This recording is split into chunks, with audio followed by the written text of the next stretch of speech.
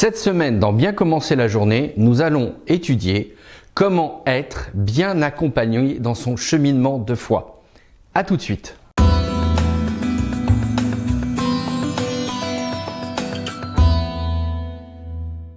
Si j'ai voulu aborder le sujet comment être bien accompagné dans son cheminement de foi, c'est que je me rends compte que c'est un thème qui est récurrent lorsque je discute avec de nombreuses personnes.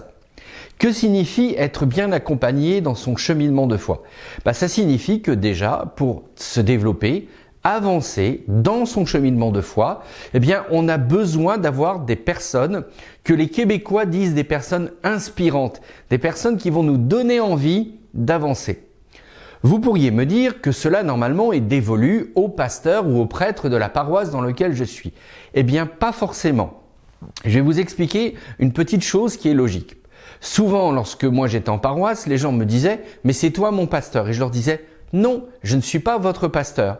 Il ne faut pas confondre être le pasteur de référence de la paroisse où vous êtes et être le pasteur, la personne qui vous accompagne dans votre cheminement de foi.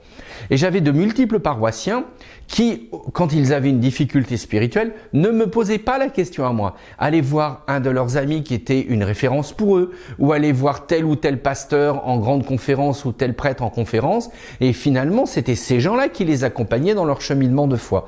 Moi, j'étais juste le pasteur de référence de la paroisse où ils allaient en famille. Donc, vous voyez, il ne faut pas confondre avoir la personne de référence du lieu de culte où vous allez régulièrement et avoir la personne qui vous accompagne dans votre cheminement de foi. C'est deux choses différentes. L'autre piège aussi dans lequel nous tombons facilement quand on veut cheminer dans la foi et que l'on cherche des ressources, c'est ce que j'appellerais moi les livres biographiques qui nous présentent des gens qui sont exceptionnels dans leur parcours de foi et nous on se sent tout petit vis-à-vis d'eux. Ça me rappelle cette histoire d'une dame qui est venue me voir un jour en me donnant un livre, en me mettant un livre sur la table et elle m'a dit « Voilà pasteur, c'est ce que je veux vivre ». Et je lui ai dit « Mais malheureusement, tu n'es pas cette personne ». Et puis en regardant rapidement le livre que je connaissais, je lui ai dit « Tu sais, on résume la vie de cette femme en quelques pages ». La femme en question, c'était Corrie ten Boom, si vous connaissez.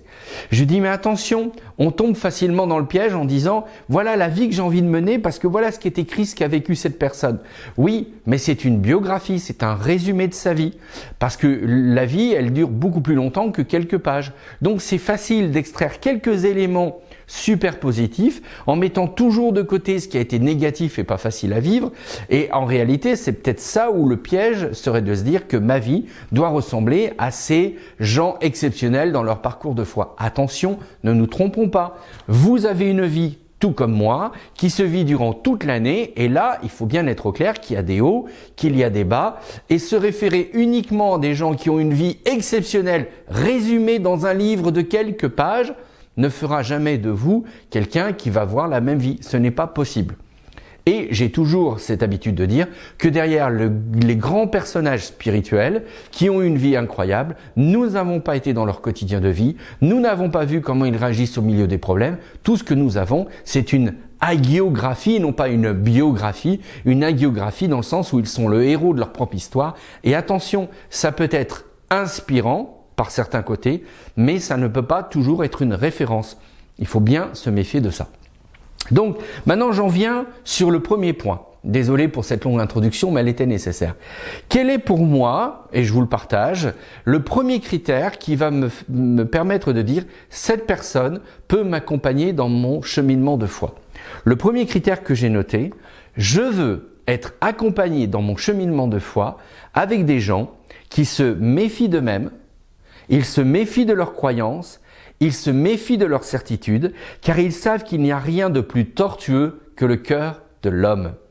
Et vraiment, c'est important. Et je sais que vous pouvez le lire là sur cette phrase. Je la répète. Ils se méfient d'eux-mêmes, de leurs croyances, de leurs certitudes, car ils savent qu'il n'y a rien de plus tortueux que le cœur de l'homme. Et comme le dit si bien Jérémie, en Jérémie 17, verset 9, il dit « Rien n'est plus trompeur que le cœur humain, on ne peut le guérir, on ne peut rien y comprendre. » Alors pourquoi ces gens qui se méfient d'eux-mêmes, de leurs croyances et de leurs certitudes, et qui savent qu'il n'y a rien de plus tortueux que le cœur de l'homme, sont de bons accompagnants parce qu'ils ne vont pas vous imposer leur vue. Ils ne vont pas vous dire ce que vous devez croire, penser ou faire. Ils vont juste vous dire, voilà, avec mon expérience humble, avec mes hauts et les bas. J'ai appris ça dans ma marche chrétienne. Et ben ces gens-là, ils sont une source d'inspiration incroyable parce qu'ils vont vous montrer à la fois le côté peu réjouissant de leur vie, le côté agréable et ils vont vous dire attention, ma vie n'est pas une norme. La marche chrétienne, elle n'est pas normée, elle est un cheminement long, on prend le temps. Et comme le disait un de mes amis, la marche chrétienne, ce n'est pas un sprint, c'est un marathon. Donc il faut y aller tranquillou. Et ces gens-là disent toujours, oui à 20 ans je croyais ça, à 30 ans c'était plus difficile, à 50 ans c'est encore, et à 80 ans je crois plus du tout les mêmes choses. Ces gens-là sont des gens inspirants. Dirigez-vous vers ces gens-là, allez voir ces gens-là et parlez avec eux parce que vous allez voir combien ils vont être inspirants et combien ils vont vous donner envie de cheminer dans ce parcours de foi sans vous flageller mais en étant vraiment bien assis dans votre foi et qui va prendre le temps de se développer et de se bonifier. Je vous laisse avec cette pensée. Dans les ressources, n'oubliez pas d'aller voir sur le site parce qu'il y aura ces 5 points un petit peu développés différemment que vous pouvez télécharger sur le site. Abonnez-vous à notre chaîne Facebook, mettez le point j'aime, on en a besoin, le point en l'air.